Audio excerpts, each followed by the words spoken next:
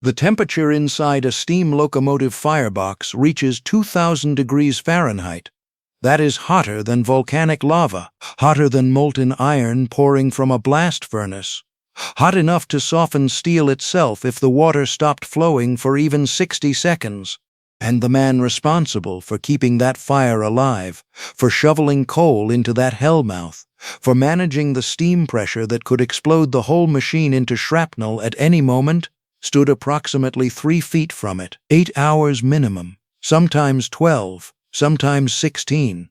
No break, no relief, no air conditioning, no safety equipment beyond a rag and a pair of leather gloves so worn through, after a month they were mostly prayer. His name was the fireman. The word sounds gentle. The job was not. Every locomotive in American railroading history ran on the labor of 2 men.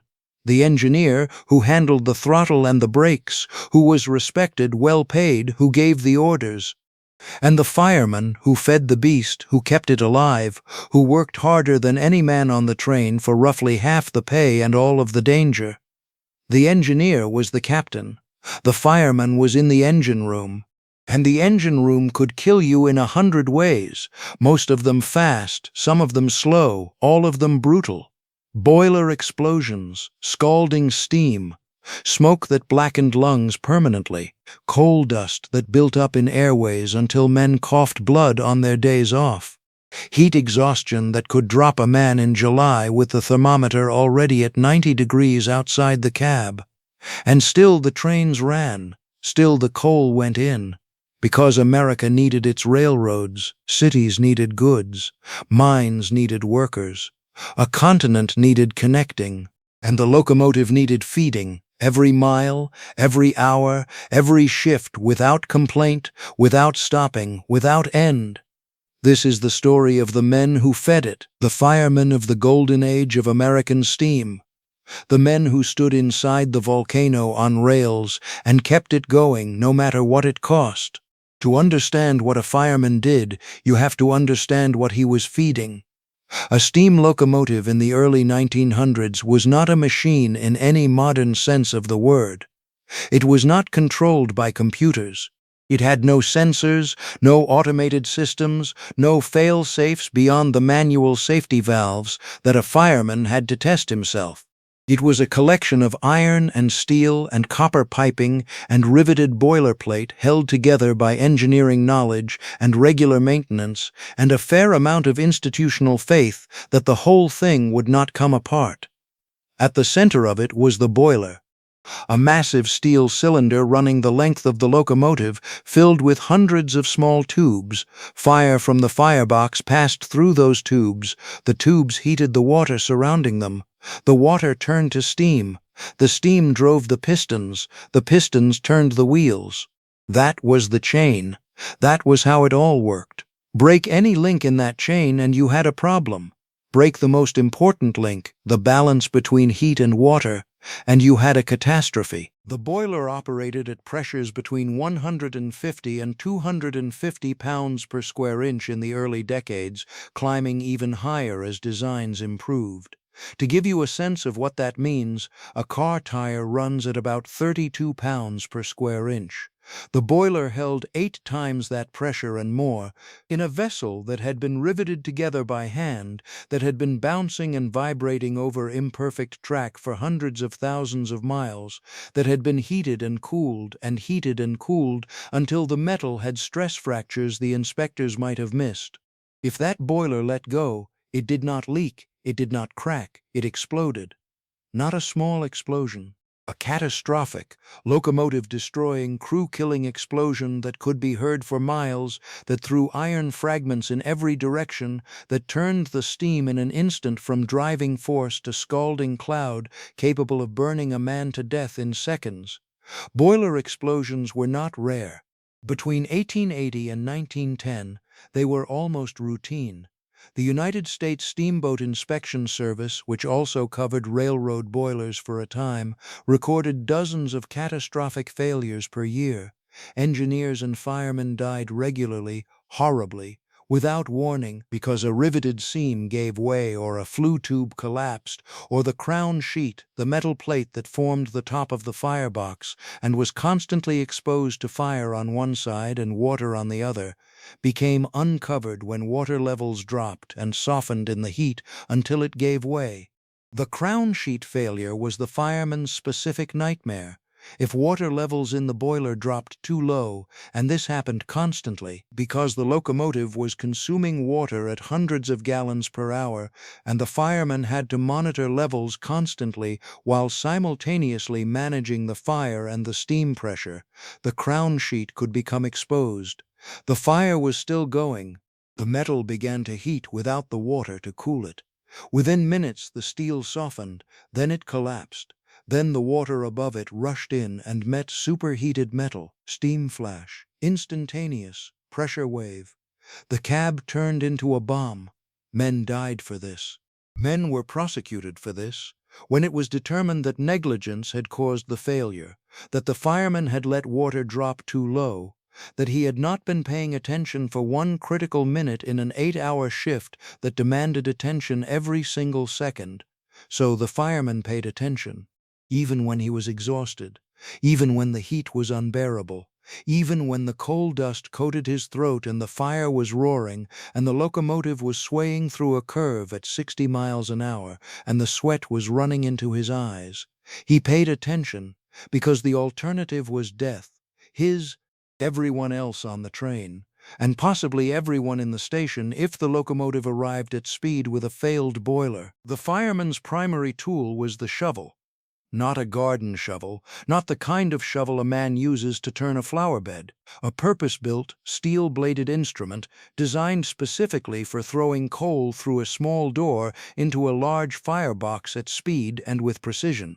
The firebox door measured approximately 24 by 36 inches on a standard freight locomotive. Some were smaller.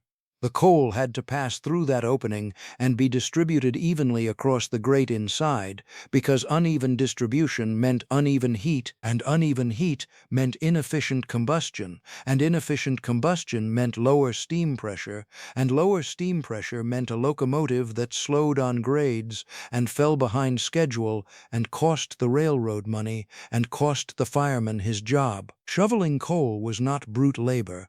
That was the misconception everyone outside the cab carried. Yes, it required extraordinary physical strength. A fireman on a long freight run might move 8 to 12 tons of coal in a single shift.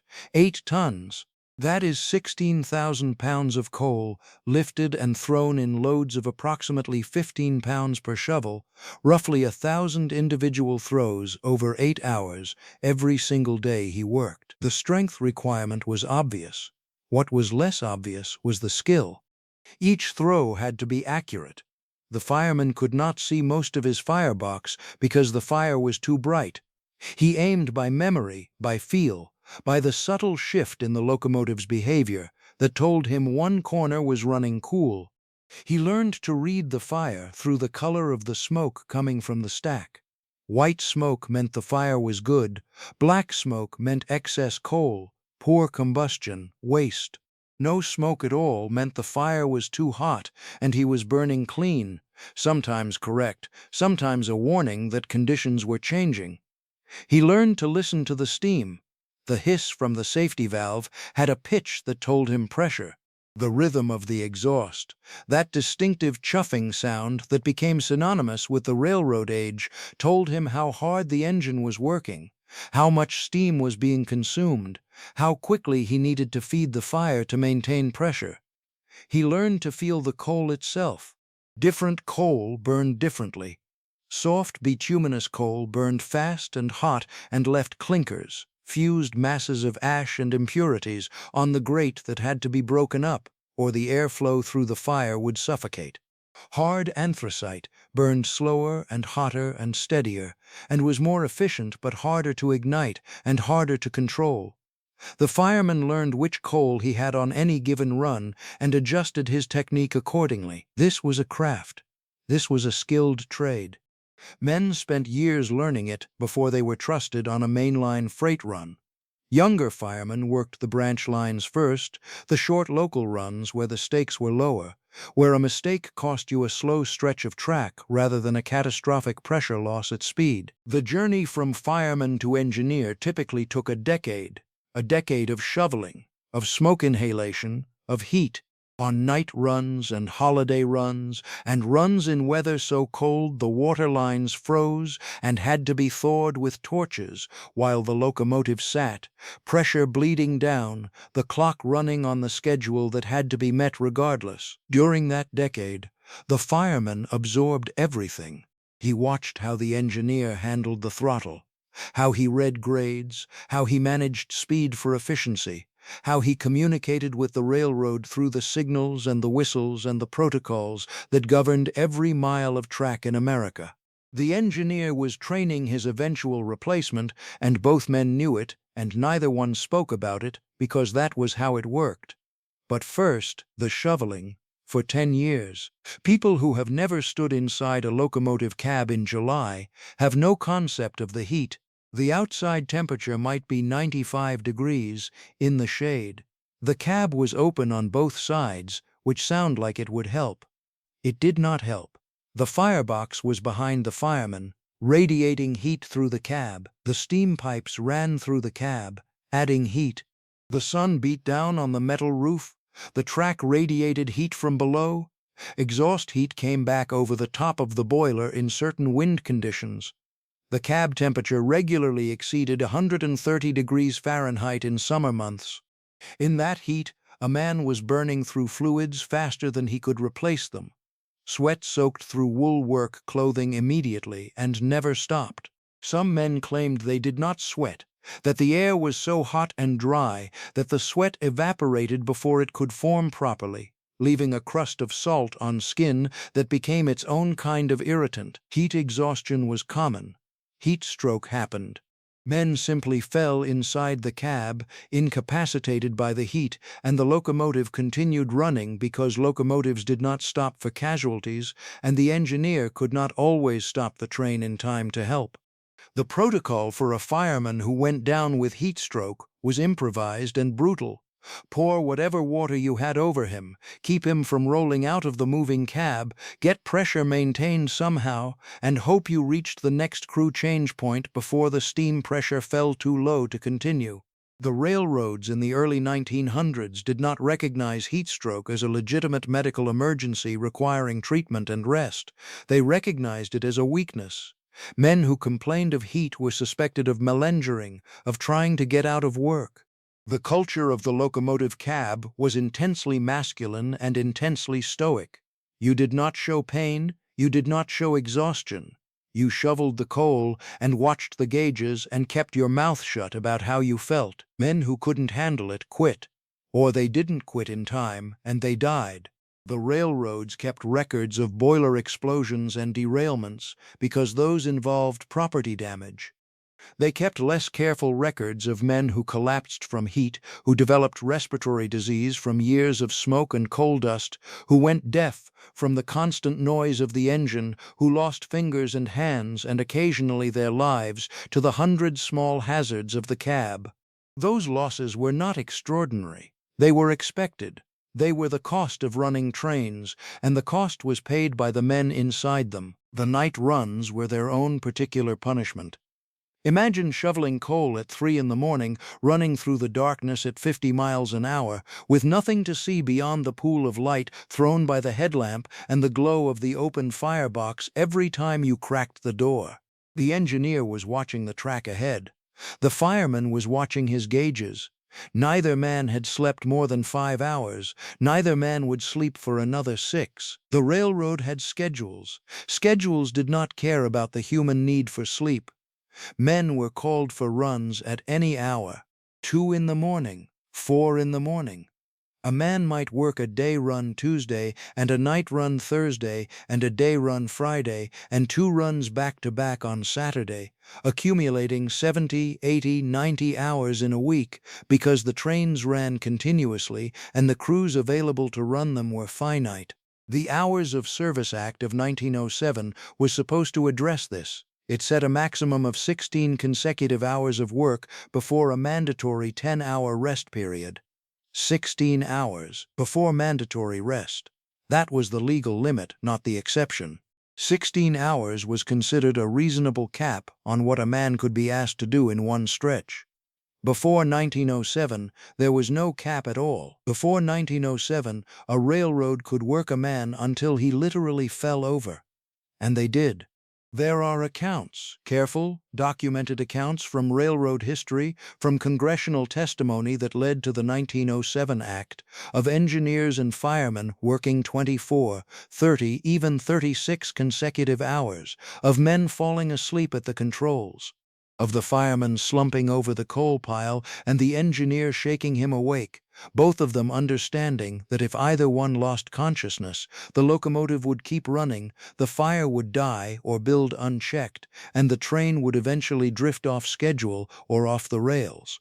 Sleep deprivation at that level does specific things to a human being. The eyes lose their ability to focus, the hands begin to shake, judgment degrades in ways the person cannot perceive. They believe they are functioning normally while making errors that a rested person would never make. Temperature readings become harder to interpret. The gauges start to blur. A blurred gauge is how men died. Not through malice, not through incompetence, not through negligence in any meaningful moral sense. Through exhaustion so profound that a man could not read a dial reliably, could not tell whether the water level was adequate or critically low, could not be certain whether the pressure was in the green range or climbing toward the red. The railroads knew this. The railroads continued to schedule runs this way because the alternative was hiring more men, and more men cost money, and the margins in the railroad business, for all its industrial dominance, were tighter than they appeared from the outside. The men paid the difference in sleep debt and lung capacity and years off their lives. The Brotherhood of Locomotive Firemen was founded in 1873. A man named Benjamin Harrison ran it. Not that Benjamin Harrison, the other one, a fireman from Terre Haute, Indiana, who would never be president of anything, but understood something important, that the men who fed the locomotives had no protection, no recourse, and no leverage unless they stood together. The early years of the Brotherhood were not about strikes, they were about death benefits. Firemen died. They died in boiler explosions, they died in collisions, they died in derailments, they died from accumulated occupational disease. And when they died, their families had nothing, no pension, no insurance, no compensation from the railroad, which generally disclaimed responsibility for accidents and sometimes sued the dead man's estate for damage to their locomotive. The Brotherhood pooled dues and paid death benefits to widows and orphans. That was its original purpose, a funeral fund, a last resort for families who had nothing when the telegram arrived saying that their husband, their father, the man who kept the household alive, had been killed in the service of a railroad that was already moving on to finding his replacement. From that foundation, from the practical necessity of burying men and feeding their families, grew something larger. Eugene Debs was a Brotherhood man. He rose through the organization in the 1880s, became its secretary, watched the conditions in the cabs and the yards, watched the hours and the pay and the disregard with which the railroads treated the people who made them function. And he concluded that something more than death benefits was required. The story of Debs and the great railroad strikes of the 1890s is well-known history. What is less often told is the specific grievance that animated the men who went on strike. Not just the wages, though the wages were insultingly low relative to the work and the risk, but the fundamental question of whether a man's life was worth protecting while it was still in his possession, not just after it was gone. The firemen wanted water breaks. They wanted limits on shift length. They wanted standardized inspection procedures for boilers so that a locomotive was checked by actual protocol before it rolled, not just eyeballed by a foreman who had 20 other things to worry about. They wanted the railroads to acknowledge that the conditions inside the cab were genuinely dangerous and that something could be done about them. They got some of what they asked for, not all of it, not quickly. The railroads conceded what they had to concede and held the line on everything else because the calculus was simple. Labor was replaceable. Every man who quit or died or was broken by the work could be replaced by a man fresh from Europe, from the farms, from the expanding pool of Americans desperate enough to take a job that paid in danger. The firemen understood this. They organized anyway, because the alternative, every man alone against the railroad, was worse than the imperfect solidarity they could build together. The damage was not always dramatic. The boiler explosions were documented. The deaths in collisions made the newspapers. The spectacular disasters left records. What left fewer records was the slow accumulation of damage in men who never had a single dramatic accident, but worked inside the cab for 15, 20, 25 years and emerged changed in ways that didn't show up immediately. The smoke was the primary instrument of this slow injury. A coal fire produces an extraordinary range of combustion products: carbon dioxide, carbon monoxide, the colorless gas that kills without warning by displacing oxygen in blood, sulfur dioxide, a sharp-smelling compound that irritates and eventually damages the airways, particulate matter, tiny fragments of incompletely burned carbon that enters the lungs and does not leave. The body cannot process it. The body cannot break it down. It accumulates, year by year, in the bronchial tissue and the lung itself. The medical term for what coal dust does to lungs is pneumoconiosis. In miners, it was called black lung. In firemen and engineers, it was less formally named but equally real. Men who spent their working lives in locomotive cabs developed chronic respiratory conditions at rates dramatically higher than men in other occupations. They coughed. They coughed badly. They coughed in the way that a man coughs when his lungs are not working properly, when the tissue that should be clear and flexible has been infiltrated by particles that never leave. Some men coughed blood by the time they were 40. The railroads did not officially acknowledge occupational respiratory disease until well into the 20th century.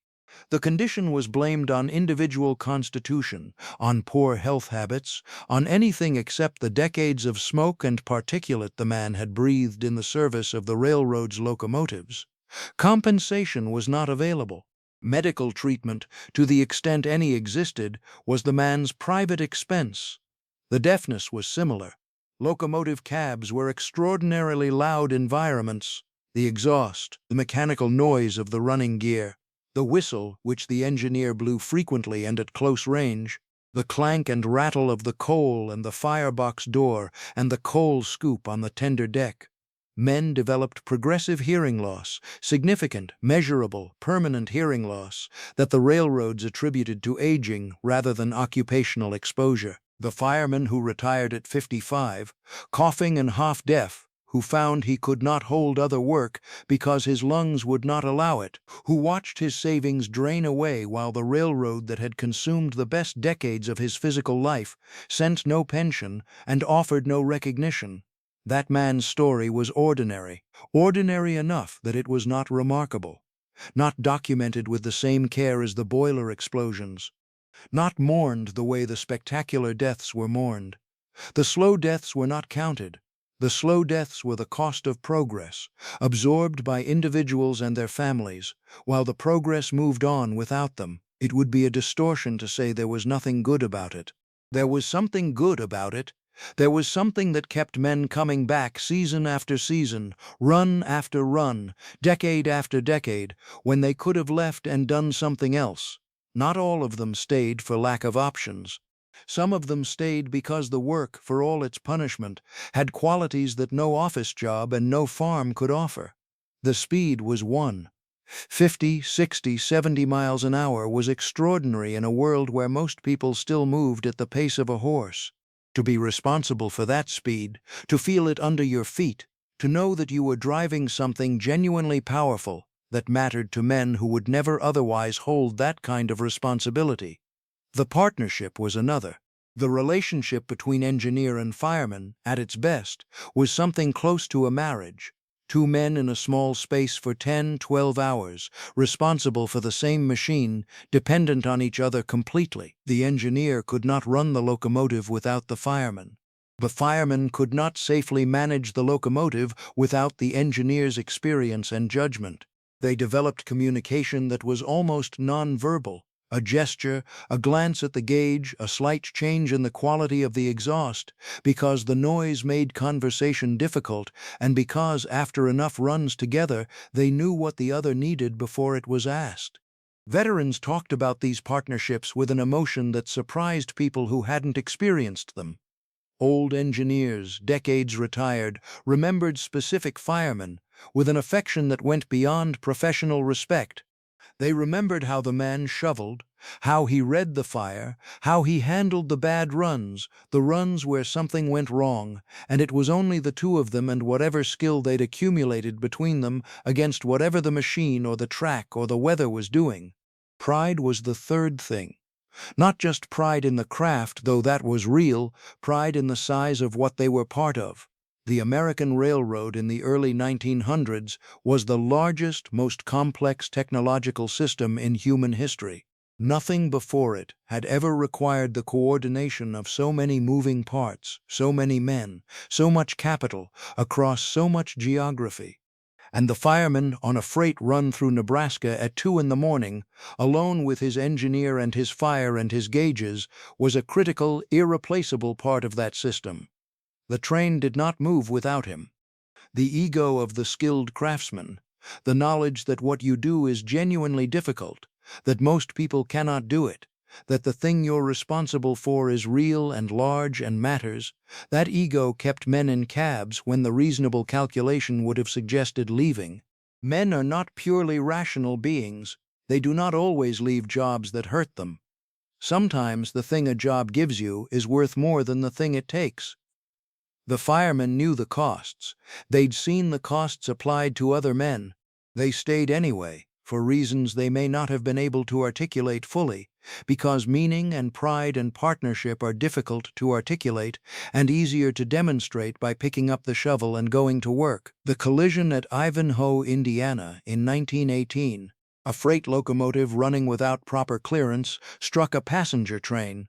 The boiler of the freight engine ruptured on impact. The fireman was killed immediately, along with the engineer. 68 passengers died. It became one of the defining disasters of the steam era, examined by investigators, referenced in congressional hearings, used as evidence for the need for better signaling systems and stricter enforcement of operating rules.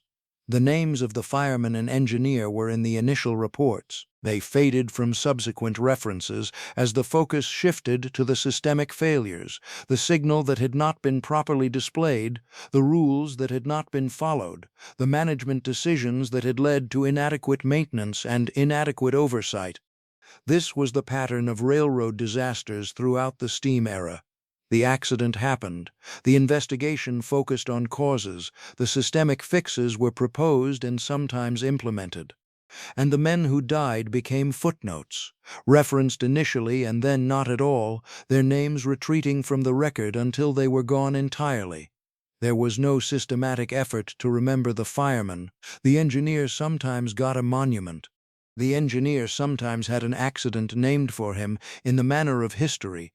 Casey Jones is the famous example, the engineer of Cannonball No. 382 who died at Vaughn, Mississippi in 1900 and whose story became a song. Casey Jones became a legend, romanticized into a folk hero, the brave engineer who stayed at his post, who died with his hand on the brake. His fireman, Sim Webb, survived. Sim Webb survived because he jumped when Jones told him to jump, when Jones could see what was coming and knew the collision was unavoidable and made the calculation that one of them should live. Webb jumped and lived and worked railroads for decades after and was largely forgotten, referenced only in the footnotes of the Casey Jones story, the surviving half of a partnership that history reduced to one man. This is what happened to firemen. Even in the famous stories, they were footnotes. The ones who died in the unfamous accidents, the boiler failures on quiet branch lines, the derailments in bad weather, the heat stroke on a summer freight run through Kansas, were not even footnotes. They were entries in ledgers, replaceable entries. The railroad moved on. The diesel locomotive arrived in the 1930s. It was not an immediate revolution. Steam-powered railroads well into the 1950s in many parts of the country. The transition was gradual, contested, complicated by the enormous infrastructure investment railroads had made in steam and by the institutional attachment of engineers and firemen to a technology they understood and, in complicated ways, loved. But the diesel's advantages were decisive. It required less maintenance. It required smaller crews. It was more fuel efficient. It did not need water towers every 30 miles. It did not produce the same volumes of smoke and particulate. It did not explode. Most importantly for the railroads, it did not need a fireman. The diesel locomotive had no firebox. It had no fire at all in the combustion sense. It had a diesel engine driving an electric generator driving electric motors at each axle. The engineer managed this system from the cab. One man, no partner, no shoveler. No man with coal dust in his lungs standing 3 feet from a firebox, managing the energy that moved the train. The fireman's job vanished. Not immediately. The Brotherhood fought a long rearguard action, arguing, not entirely without logic, that a second man in the cab provided safety benefits beyond fire management. A second set of eyes watching the track, a second person monitoring the engineer's alertness, a safeguard against the kind of human failure that had caused so many accidents in the steam era. The railroads disagreed. The railroads won. By the 1960s, the steam locomotive and the fireman's trade had largely passed from American railroading. The men who had spent careers learning to read fire and manage pressure and feed a machine that wanted to kill them were retired or retrained or simply released, their specific expertise suddenly obsolete in a way that expertise rarely becomes so completely and so quickly. Some of them worked in diesel cabs for a while, as the second man the Brotherhood had negotiated. They watched gauges that functioned automatically. They watched track they had always watched. They performed a role that the railroad tolerated rather than needed, until attrition reduced their numbers and their contracts expired, and the last of them retired. And then they were gone. The fireman was gone. The trade was gone. The specific combination of physical endurance and technical knowledge and heat tolerance that had powered the locomotive age of American history was gone. No schools taught it anymore. No young men apprenticed in it. The craft dissolved, and with it the community of men who had practiced it. You can see a steam locomotive in any good railroad museum. The preservation societies, and there are many of them, staffed by volunteers who feel a pull toward these machines they cannot entirely explain. They restore the locomotives to working order, run them on special excursions, let the public buy tickets and ride behind steam power for an afternoon. When those locomotives run, they need someone to shovel coal. The volunteers learn it. They learn it from manuals and from the institutional memory of older enthusiasts who learned it from even older enthusiasts who might, if the chain of transmission was long enough and lucky enough, have learned it from men who did it professionally. But they run for a few hours, on weekends, on carefully maintained track with every modern safety precaution in place. They run with relief crews standing by, and with water available from modern pumping systems, and with communication equipment that the original firemen never had. They get hot. They get tired. They get a taste of what the work demanded. They do not get the full truth of it. The full truth of it is not survivable in an afternoon. The full truth of it was 8 tons of coal in an 8-hour shift for 40 years, in heat that should not be compatible with human survival, in noise that permanently damaged hearing, in smoke that permanently marked lungs, for pay that would strike a modern worker as an insult, with no safety net and no recognition and no assurance that the boiler behind you would not, at any moment, choose to stop being manageable. The men who did that work were not heroes in the way that the term has been devalued. They were not extraordinary men in the romantic sense. They were ordinary men doing an extraordinary thing because it was the job, because the alternative was not eating, because they had families, because someone had to do it. But they were also, in the specific way that people who master brutal and necessary things become, something more than ordinary. They kept the trains running. The cities that grew in the late 19th and early 20th centuries, the Chicago that became the center of American commerce, the Denver that became the gateway to the West, the freight networks that knitted a continent into a single economic unit, all of it moved on rails. All of it moved because steam locomotives moved it. All of it moved because in every one of those locomotives, in every hour of every run, a fireman was feeding the fire. The railroad barons who built the system are remembered. The engineers are sometimes remembered. The firemen are largely forgotten.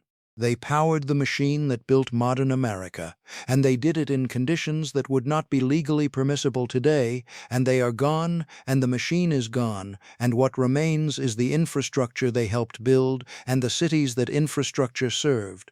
Remember them when you ride a train.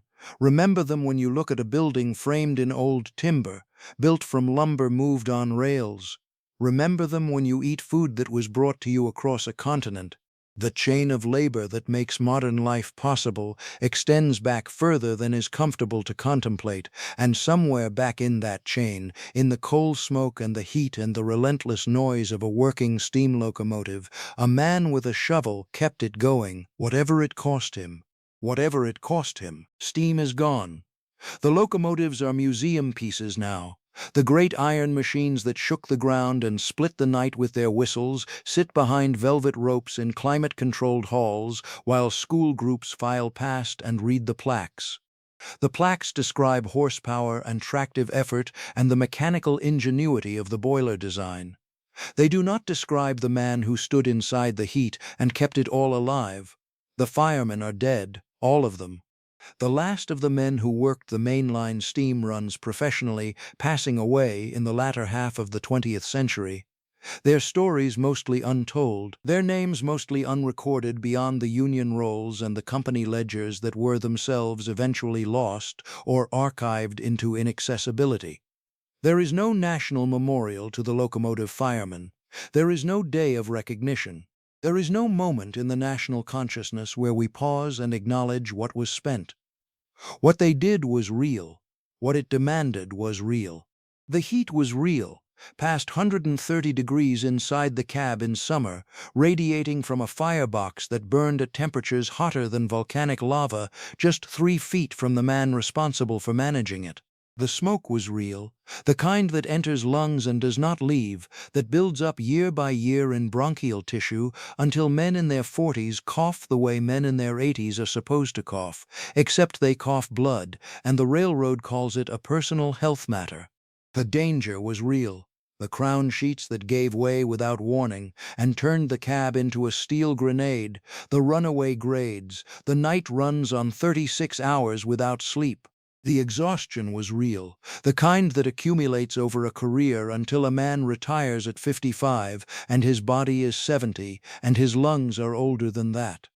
A continent's industrial rise was powered in part by the capacity of these men to endure conditions that were genuinely at the edge of human tolerance. They endured it. The volunteers at the railroad preservation societies get a version of it. They learn to fire a locomotive on weekends, on carefully maintained track, with relief crews and modern water systems and every safety precaution that did not exist when this was a profession. They shovel coal for an afternoon. They get hot, they get tired. They come home smelling of smoke, and they feel something, a real thing, not imaginary, about the weight of the work. But they go home, they shower, they sleep in their own beds.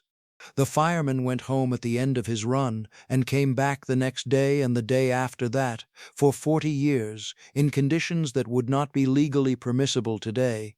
8 tons of coal per shift, heat that should not be compatible with human survival. Lungs slowly blackened, hearing slowly stolen, back compressed, hands calloused past feeling. A body consumed by a job that paid roughly half what it demanded and offered nothing. No pension, no medical coverage, no recognition when it was done, and still they came back. Not because they were broken, not because they had no choice, though choice was limited in ways modern workers cannot easily imagine.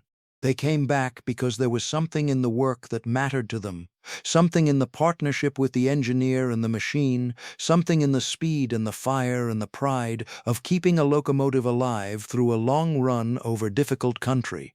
They came back because they were craftsmen, and the craft, brutal and consuming as it was genuinely theirs. The railroad barons who built the system are remembered. The Vanderbilts, the Harrimans, the Hills, their names are on buildings and in history books.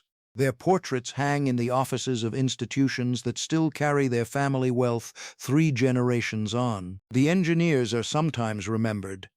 Casey Jones became a song. His name became legend, the brave engineer who stayed at his post, who kept his hand on the brake until the last second because someone had to try. His fireman, Sim Webb, survived because Jones told him to jump when there was still time to jump. Webb lived. Webb worked railroads for decades after. Webb was at the scene.